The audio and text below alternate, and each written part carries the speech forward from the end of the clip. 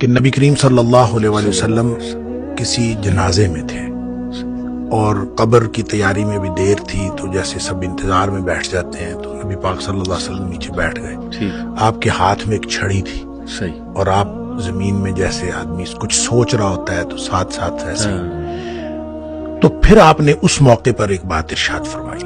پھر آپ نے دونوں کیفیتوں کو الگ الگ بتایا. آپ نے فرمایا جب مومن کی روح نکلتی ہے تو فرشتے آتے ہیں، ملک الموت جنت سے کفن لے کے آتے ہیں، اور وہ جیسے میں نے پہلے بھی عرض کیا کہ وہ آ کے فرشتے سارے اپنی اپنی ڈیوٹیاں لگ جاتی ہیں، اور پھر وہ اس کے کان میں آ کے کہتا ہے ایتھا النفس الطیبہ، اے پاکیزہ روح نکلو، اخرجی الی مغفرت من اللہ ورضوان، سبحان اللہ کی مغفرت اور اللہ کی خوشنودی کی طرف نکلو. تو پھر وہ تو فوراً نکلتی ہے نا، مطلب اس کا مطلب وہ تو خوش ہوتی ہے، وہ تو نکلنے کے لیے پھر دیر ہی نہیں لگتی. اور وہ جیسے پانی کی مشک بھری ہوئی ہے تو بند کھول دیا جائے، تخرج تسیل کما تخرج القطرۃ من فی السقا، وہ نکل جاتی. تو دوسرا جو ہے جب وہ مومن کے علاوہ کافر اور منافق کی موت کے لیے جب فرشتے آتے ہیں تو نبی کریم صلی اللہ علیہ وسلم نے فرمایا وہ جہنم سے بدبودار کفن لے کے آتے ہیں.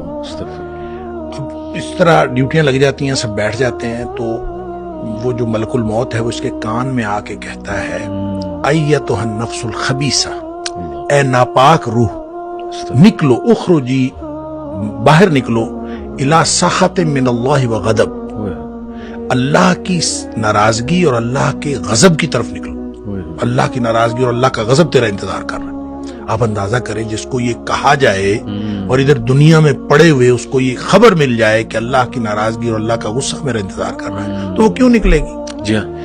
پھر نبی پاک صلی اللہ علیہ وسلم فتفرق فی جسدہ، وہ پھر جسم کے اندر چھپتی پھرتی ہے، کبھی ادھر جاتی کبھی ادھر. اس کا مطلب ہے ایک اینٹیٹی ہے نا، بالکل روح ایک چیز ہے، اس کی بھی ایک پوری سمجھ ہے. ہاں جی، وہ بھاگتی پھرتی ہے. فتفرق فی جسدہ، جسم کے اندر بھاگتی پھرتی ہے، باہر نہیں نکلتی. تو پھر فرشتے جو ہیں وہ فینزعہ، وہ پھر اس کو کھینچ کر نکالتے ہیں. اللہ اکبر. اور پھر اس کی جو نبی پاک صلی اللہ علیہ وسلم نے مثال بیان فرمائی، کما ینزع السفود من الصوف المبلول، جس طرح سے گیلی اون ہو اور اس کے اندر گرم سلائی لوہے کی رکھ دی جائے اور پھر اس کو کھینچا جائے ایک طرف، ظاہر روئی وہ اون جو چمٹ جائے گی، تو اس کو ایک طرف سے کھینچیں گے تو وہ تو تار تار ہو جائے گی. فرمایا اس طرح فرشتے جو ہے اس کی جان نکالتے ہیں. قرآن کہتا ہے وَالنَّازِعَاتِ غَرْقًا، ڈوب کر کھینچ لینے والے فرشتوں کی قسم، سبحان اللہ. وَالنَّاشِطَاتِ نَشْطًا، اور بند کھول دینے والے فرشتوں کی قسم. یعنی بالکل ایسے جیسے بند کھل جاتا ہے، یہ مومن کی موت ہے، اور پھر اس کو اندر سے کھینچ کر نکالتے ہیں، یہ کافر اور منافق کی موت ہے. پھر آگے بھی تفصیل نبی کریم صلی اللہ علیہ وسلم بھائی وہ جو آپ بتا رہے تھے ساتویں آسمان تک جاتی ہے، تو یہ ساتویں آسمان تک جاتی ہے، وہ تو جو علیین میں جا کے اللہ تعالیٰ کی طرف سے ہو کے اور پھر اس کو علیین میں مقام مل جاتا ہے، اور اس کو لکھ دیا جاتا ہے. علیین یا مقام ہے یا رجسٹر ہے، اس کے اندر وہ شامل ہو جاتی، پھر وہ واپس آتی ہے. اسی طرح جب منافق کی اور کافر کی روح جاتی ہے تو اس کو بھی فرشتے پکڑ کے لے جاتے آسمان کی طرف ہی ہیں، لیکن آسمان کے دروازے ہی نہیں کھولے جاتے.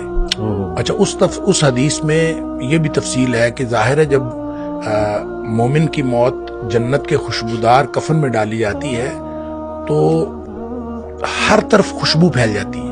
صحیح. اور وہ فرشتہ جب لے کے جا رہا ہوتا ہے اس کی روح کو، سب پوچھتے ہیں کس کی روح ہے، کیونکہ خوشبو پھیلی ہوئی ہوتی ہے، اور ہر شخص اس کے لیے جو ہے نا وہ دعائیں کر رہا ہوتا ہے، اور ہر شخص خوشی اور مبارکباد کی صدائیں آ رہی ہوتی ہیں. دوسری طرف جب وہ کافر کی منافق کی موت وہ جب آتی ہے تو اس کی بدبودار کفن ہوتا ہے اور بدبو پھیل جاتی ہے سارے چار چفیرے ہر عالم. جب وہ ہر طرف بدبو پھیلتی ہے تو ہر کوئی جو ہے نا اس کے اوپر لعنت کر رہا ہوتا ہے. پھر وہ لے کے آسمانوں کو چڑھتا ہے، آسمان کے دروازے ہی نہیں کھولے جاتے. قرآن میں بھی آتا ہے کہ اس کے لیے آسمان کے دروازے نہیں کھولے جاتے. اچھا، اس پر پھر حدیث میں آتا ہے کہ وہ فرشتے پھر اس کو وہاں سے چھوڑ دیتے ہیں. اچھا، وہ پھر گرتی ہے نیچے، یعنی جو جہنم ہے وہ پستی کا استعارہ ہے، صحیح، اور جنت جو ہے وہ اونچائی کا اور بلندی کا.